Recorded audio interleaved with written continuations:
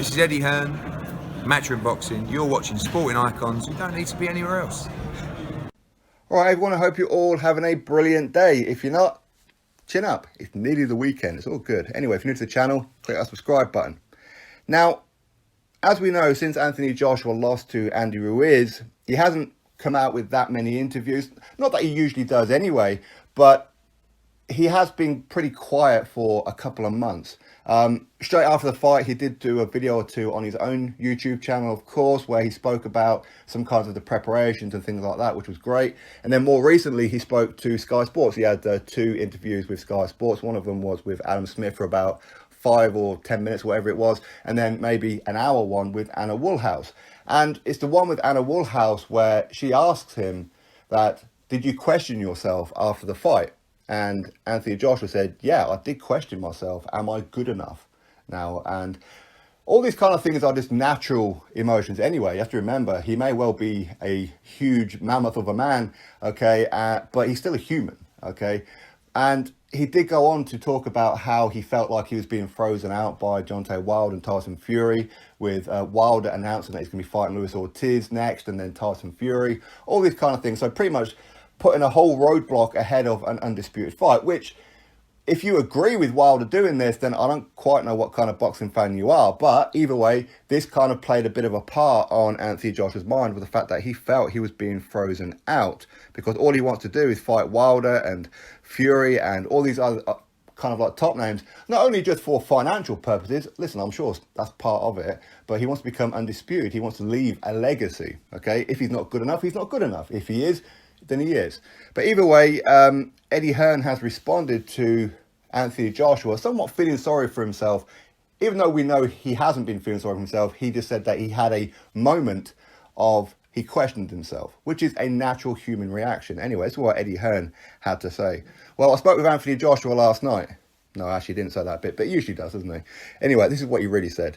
I think he's just got to snap out of it. I think he was disillusioned with the sport because he wanted to fight Deontay Wilder. He couldn't get that fight, and he said in the interview he didn't really want to fight Andy Ruiz. But tough, you fought him, and you fought a real hungry guy.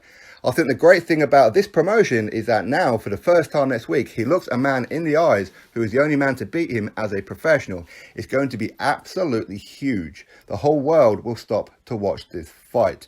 He ain't going to be giving Ruiz no belts to hold because he just doesn't have them anymore. So that is Eddie Hearn's statement. He does go on to some other bits. Either way, I'll put that in the description box for you. But the point is that he's saying to Anthony Joshua that hopefully he's not feeling sorry for himself, and now is fully focused, because beforehand he was always being asked in the media, which was annoying me a little bit, of what are you doing after Andy Ruiz? Are you going to be fighting Wilder? Are you going to call him out? Are you going to call out Tyson Fury? What are you going to do here? What are you going to do there?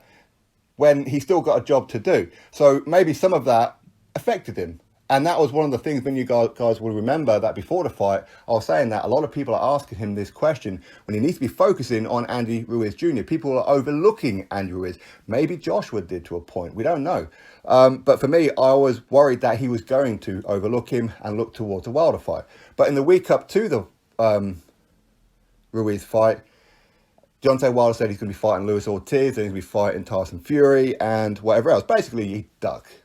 Is what Wilder's done. He's saying, listen, I don't want to fight Anthony Joshua. I'm frightened. I'm scared. I don't want to be undisputed.